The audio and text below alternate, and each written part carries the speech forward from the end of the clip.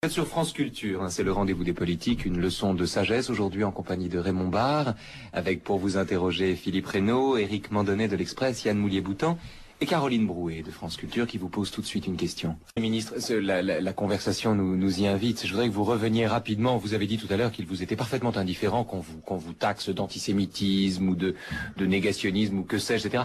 Il est vrai qu'une telle accusation n'a pas de sens. Néanmoins, vous avez eu, les Français s'en souviennent, un mot malheureux au moment de l'attentat de la rue Copernic. Et je voudrais, puisque vous l'évoquez dans le livre d'entretien avec Jean Bothorel, qu'on revienne un instant dessus.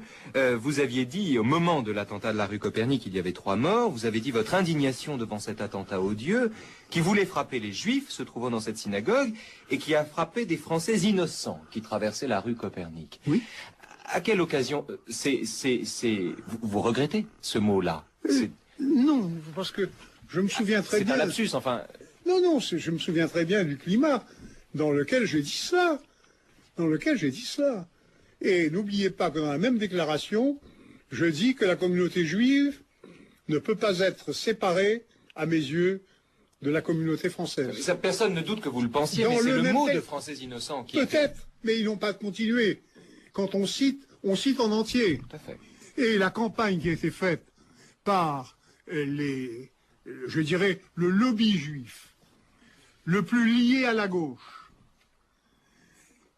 venait du fait que nous étions dans un climat déjà électoral. Et moi, ça ne m'a pas impressionné. Et ils peuvent continuer à le répéter. Bien sûr, mais c'est l'expression de Français innocents sur laquelle je voudrais revenir. Parce que c'était des Français qui circulaient dans la rue et qui se trouvent fauchés parce que on veut faire sauter une synagogue. Alors, ceux qui voulaient s'en prendre aux Juifs, ils auraient pu faire sauter la synagogue et les Juifs. Mais pas du tout. Ils font un attentat aveugle et il y a 3 Français non-juifs. C'est une réalité. Non-juifs. Mais ça ne veut pas dire que les Juifs, eux, ne sont pas français. Monsieur, c'est le mot d'innocent, en l'occurrence, sur lequel je revenais. Oui.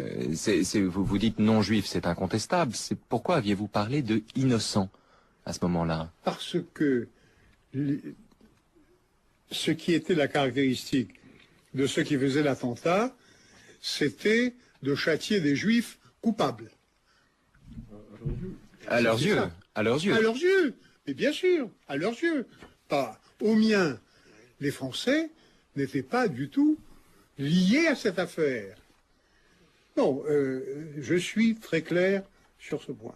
D'ailleurs, aucun de mes amis juifs, et j'en compte, ne m'a fait grief là-dessus. Non, Raymond Aron, vous avez défendu à cette occasion. Oh, pas seulement Raymond Aron. Bien sûr, mais tous mes amis juifs. Question de Caroline Brouet. Oui, mais là, je tiens à vous dire que sur cette affaire, je considère que le lobby juif, pas seulement ce qui me concerne, est capable de monter des opérations qui sont indignes. Et je tiens à le dire publiquement.